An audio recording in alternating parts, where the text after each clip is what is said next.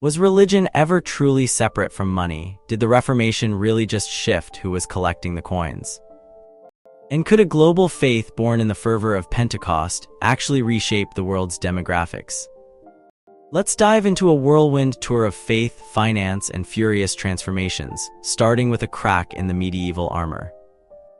Imagine 13th century Europe, not the romanticized castles and chivalry, but the gritty reality of burgeoning towns and increasingly complex trade. The church wasn't just preaching, it was managing. Cathedrals weren't built on prayer alone, they were funded by shrewd land deals, tithes, and the occasional lucrative bequest. Bishops weren't spiritual guides, they were shrewd financiers, controlling vast estates and influencing local economies. The church, a loose confederation of powerful entities, was, frankly, a business. Raymond de Roover, a historian obsessed with these details, meticulously documented how the Medici Bank, a powerhouse of the era, operated with the church's blessing, lending money and shaping financial flows. This wasn't some abstract theological concept, it was a very real, very profitable system. Then came the 15th century, and a man named Johannes Gutenberg. Suddenly, books weren't painstakingly copied by monks, they were mass-produced. The cost plummeted and knowledge, and the ability to control it, spread like wildfire. This wasn't just about literacy, it was about power. Martin Luther, a disgruntled monk with a knack for printing, used this new technology to unleash his 95 Theses, challenging the Catholic Church's authority and igniting a continent-wide firestorm. But Luther wasn't just a theologian, he was a savvy businessman. He controlled his own printing press, ensuring his ideas dominated the market. The Reformation wasn't a purely spiritual revolution, it was a media war fought with pamphlets, broadsides, and the revolutionary power of the printed word. Fast forward to the 16th century and the rise of the scientific revolution. Forget dusty laboratories and brilliant lone geniuses. It was a tangled web of patronage, politics, and profit.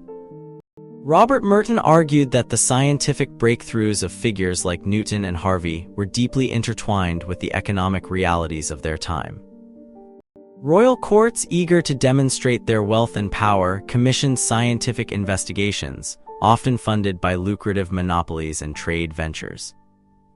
Harvey's discovery of the circulation of blood wasn't just a medical breakthrough, it was a demonstration of royal power and a strategic advantage in naval warfare. The pursuit of knowledge wasn't driven solely by curiosity, it was driven by the desire to gain an edge in the competitive world of European power. Now, let's jump to the Americas. The early colonial period wasn't just about establishing settlements, it was about extracting wealth. The Spanish conquistadors didn't just claim land, they plundered gold and silver, fueling a massive influx of capital back to Europe. This wealth in turn fueled the growth of merchant capitalism, creating a global economic system that connected Europe, Asia, and the Americas. But the story doesn't end there. In Brazil, R. Andrew Chestnut meticulously documented the rise of Christian-based communities, small, autonomous churches that emerged alongside the burgeoning economy. These weren't just religious gatherings, they were social and economic organizations providing mutual aid, microloans, and a sense of community in a rapidly changing world. They were, in essence, the first informal credit unions, built on faith and fueled by entrepreneurial spirit. The 18th century brought a new wave of religious fervor, the Great Awakening in North America and the rise of Methodism in Europe. These movements weren't just about personal salvation, they were about social reform and economic opportunity. Methodists, known for their itinerant preachers and emphasis on personal piety, established schools, hospitals, and orphanages, all while building a network of financial institutions.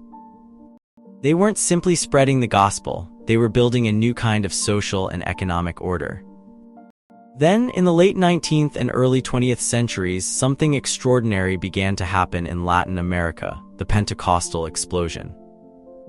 Starting in Brazil, charismatic preachers began to preach a fiery, ecstatic version of Christianity, attracting huge crowds and challenging the dominance of the Catholic Church.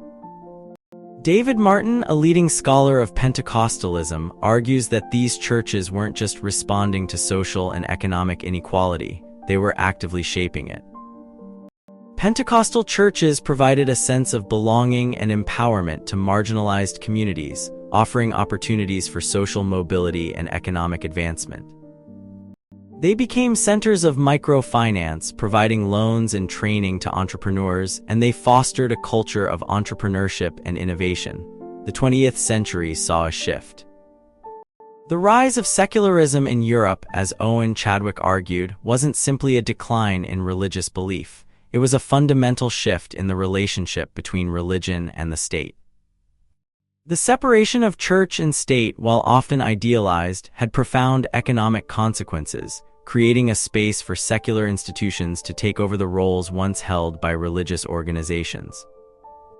But even as secularism gained ground, religious markets, the competition between different denominations, continued to thrive.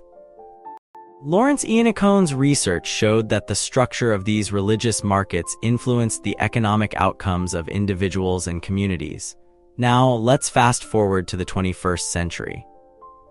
The rise of global capitalism has created a new kind of religious economy, one where faith is increasingly intertwined with consumerism and global markets.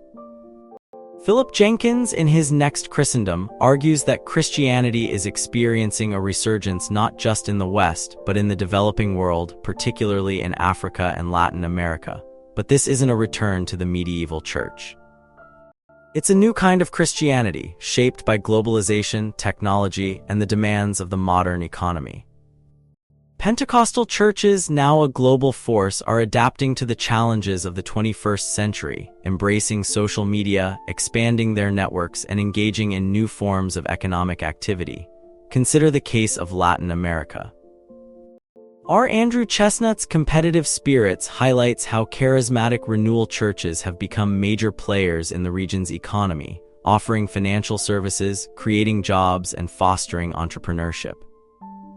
These churches aren't just preaching about heaven, they're building businesses and transforming communities. The Catholic Church, meanwhile, has struggled to adapt, facing declining membership and a loss of influence. But it's not just about individual churches. The very concept of nationalism, as Paul Johnson argues, has been deeply intertwined with religion.